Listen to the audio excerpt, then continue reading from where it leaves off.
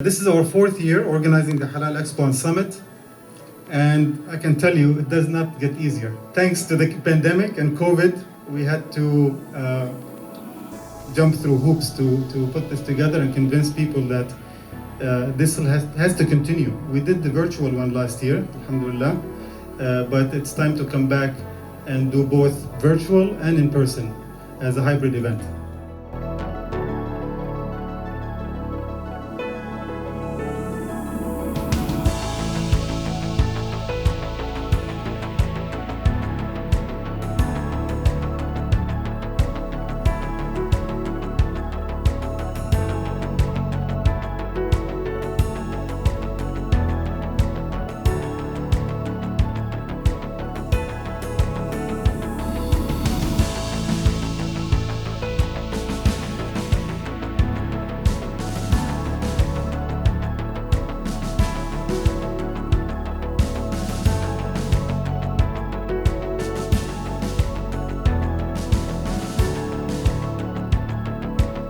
Recognize that if you have that logo, it will be used anywhere in the world, not only in your community. So that's the big deal. I'm thoroughly enjoying it. I'm glad that the summit part, the presentations are in with the vendors, even though it gets loud, but it's very interesting, the information that I've learned so far. I'm enjoying it very much and enjoying the vendors, the samples, meeting people. I'm with America's Islamic Heritage Museum, the only Muslim museum of the history of Muslims in America, in the world. So we're here as a vendor, and I'm enjoying it very much. Thank you. Shukran. I really enjoy it, and I get to meet a lot of great people and being educated at the same time, learning more about how to do business with halal products and targeting the right consumer and trying to help the economy as far as making sure that we come together as one. It's a billion-dollar industry, and we just need to work together. I got to network and meet so many different organizations, so many different companies, and just chit-chat with a lot of our Muslim brothers who are into the halal. So it's actually, it's a good thing that we're able to come together and be able to kind of network. And as a relief organization, we're here in order to be able to talk to all of these organizations, and it's pretty awesome. I'm actually having a good time today. You have to raise awareness and interest. You have to create a public demand. In other words, we have to embrace that, and it will become a reality. That's why I really left my personal interest and shifted all my interests and concerns to defend the rights of American Muslims 25 years ago. Those who care about our values as Muslims, what we believe in. Islamic Relief is here today to express our gratitude to all of you, because all of you were the seed of this Islamic Relief. Good morning. This is Congressman Jerry Conley, and I want to thank you to have me take part in the opening ceremony for the 4th annual Halal Expo and Summit. The Halal Expo offers a unique opportunity for businesses to provide halal products and services to the hundreds of attendees at this event. Additionally, with virtual components, businesses that are featured at the Expo can get exposure all over the country and indeed throughout the world. With companies from the food and beverage industry, to the health products and services industry, to the fashion industry, this expo has something for everyone. As the demand for halal products has continued to rise, this event allows both large and small halal businesses to network and to expand their reach. I hope everyone has a chance to stop by all of the vendors and exhibits that are being showcased here over this weekend. Enjoy the rest of the expo. Stay safe during this pandemic, and God bless. A little bit more about my background, being a family physician, and now writing all these holistic medicine books. And alhamdulillah, my books are in every library in the country. I just finished one called The Quranic Prescription, Unlocking the Secrets to Optimal Health, inshallah. and being the president of the International Institute of Islamic Medicine. As an engineer entrepreneur, having a 19-year-old $350 million business in America who came to America with $100 in my pocket, engineers, us, we are programmed to solve problems. When we see a problem, we have to solve a problem. And as a Muslim American, the biggest problem I saw, that I had millions of dollars of my own money, my business money, sitting in a big bank checking account. I know I'm not earning interest on it because it's in a checking account. It's halal to me in my head. But when I look at it, that money is basically being leveraged and given as a loan to other people, and those banks are earning 5 to 6% interest on our money that's sitting in a checking account. Our Prophet Muhammad's last sermon clearly says, riba is haram for people who take or to give, right? So I wanted to live my life in a riba-free world, so fair, and we created FAIR, First American Islamic Reserve. But the most important thing is FAIR is people over profit. We wanted to be a very transparent bank that is 100% transparent, and we are a subscription-based bank. We do not leverage our customers' deposit. It's in our bylaws. We don't give interest. We don't take interest. We make money in terms of charging people a subscription income. So why I'm here today? I'm here to listen to you, number one. Number two, to share some of the thoughts. Number one item on my agenda, and I speak at national and international conferences. Number one, after 30 years in the field, Islamic finance is not for Muslims only. Islamic finance is for humanity. Therefore, I appreciate the fact, all the statistics about Muslims and so on, but I don't look at how many Muslims are in XYZ location. So with our first award, and we're calling this year not just the Halal Award, but the Halal and Tayyib Award. And the first one goes to the Halal guys in recognition of their positive impact on the U.S. halal market. So if Hisham would come up and accept your award.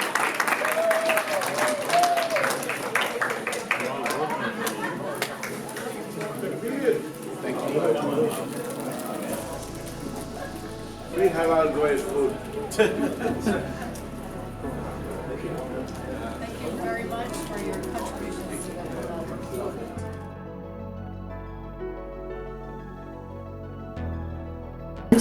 By our sponsor, FAIR, if Khalid would like to come up.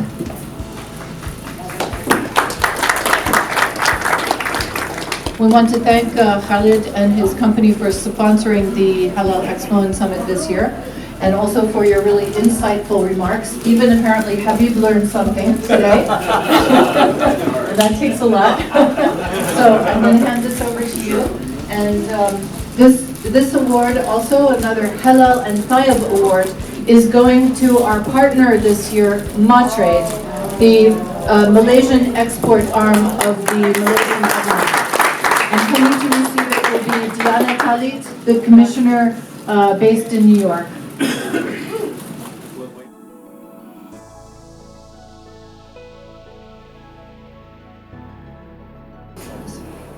Hi, it's Congresswoman Grace Wang again, and I am deeply honored to be recognized by the U.S. Halal Expo and Summit. Thank you so much for choosing me to receive this prestigious award at this year's event. I'm so grateful and humbled to be presented with it. This honor really means a lot to me and our families. I truly appreciate various people and organizations that have really made a significant contribution to the halal effort here. And the first one is our sponsor, FAIR Bank. And so Khalid, if you would, or Rizvan, if you would like to come up and accept the certificate. This is in recognition of your contribution to the halal sector and halal industry in the United States. Thank you. A second certificate of recognition in recognition of their contribution and participation in this year's Halal Expo and Summit is to Islamic Relief. So we're passing on.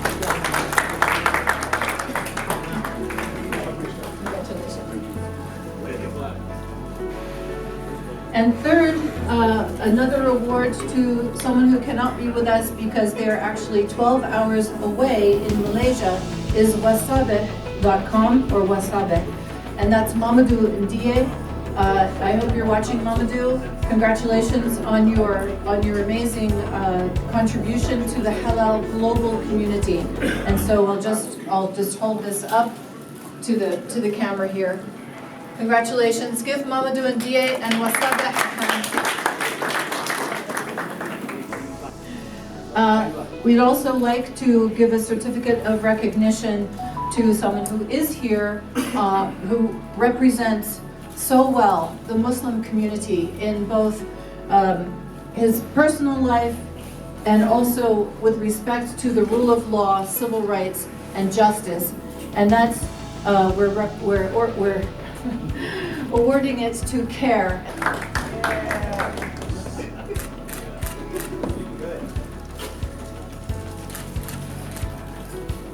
Wonderful. Congratulations. This is for all CARE employees and staff and leaders and volunteers nationwide who are pledging and promising that the halal way of life is going to be a reality, inshallah, soon.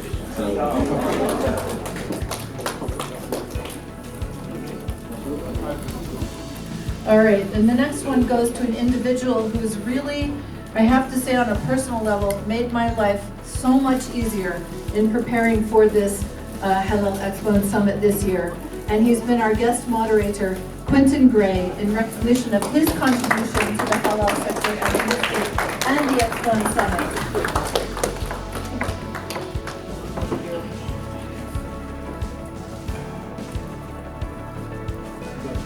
Congratulations, Quentin. Don't forget your certificate now.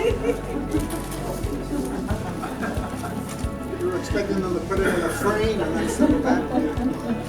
Well, they travel better when they're not framed. Next is another individual who's been with us really from the beginning, I think, the very first Halal Expo and Summit, who has been a great supporter and has contributed amazing insights to the certification and accreditation aspects of halal, and that is Peter Unger.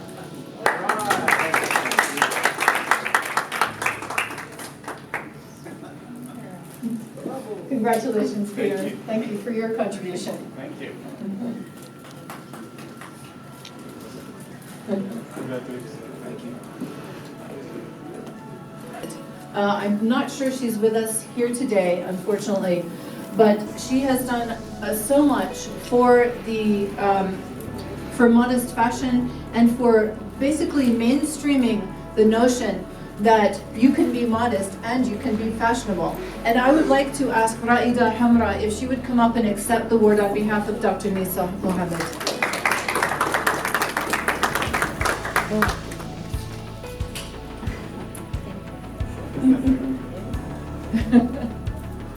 Here, hold it up so we can see. There we go. Beautiful. Thank you. You're very welcome. Yeah, stay here for just a minute. So, all right. So the next one, fortuitously, Raida is right here because Raida herself has made a contribution to halal in many ways. She is a very effective investigative journalist and also dresses beautifully. So we want to recognize her as well and your contribution to the Halal Expo and Summit this year. The fashion, modest fashion session was great.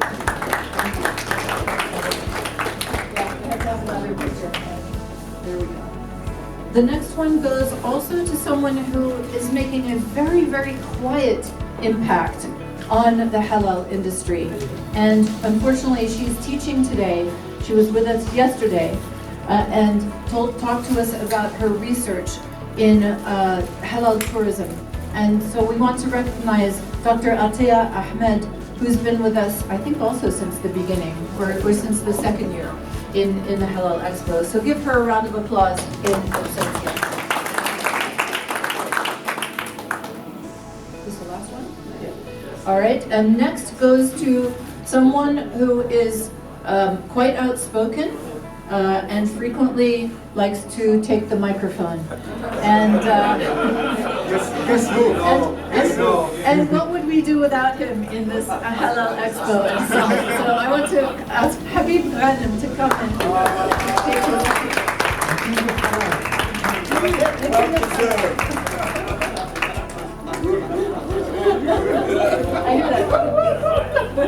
Thank you very, very much.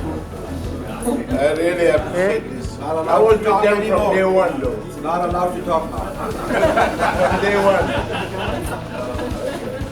Last but not least, I'd like to recognize the person who's been with me side by side, shoulder to shoulder, since the second year of this event, and made an important and significant impact on what we're doing and why you're here today.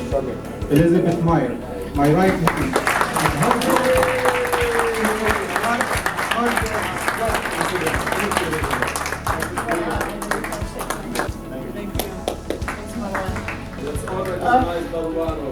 Yes, an advocate much broader even than this Halal Summit and Expo for years now, including with his efforts with the American Halal Council. And you know, it's been actually a real joy to work with Marwan. He's a straight shooter. He's got a great sense of humor. You don't know it until he hits you with it, and then you're not sure that he's joking. But he's also, as I said yesterday, he's kind of a geek about technology and innovation. So I foresee amazing things to come as Marwan and the Expo and the community come together to make halal a mainstream American phenomenon. So thank you, Marwan. Thank you. Some company businessmen might think his idea is a great one, and they think when they put it out in the market, everybody's going to love it. But they won't really know if they're really going to love it unless there is some research that tells what the consumer is interested in. So research and data is important in that aspect. We had one slaughterhouse up until 2015 that was doing hand slaughtered, no stunning chicken. And that was up in New York. When I explained to them, and I don't think people, you know, it resonates with people sometimes, even for me when I got into this industry, when the animal is sacrificed and the blood is drained, why is that so important? Well, chefs will tell you, hey, you know, halal is great because the meat is so tender.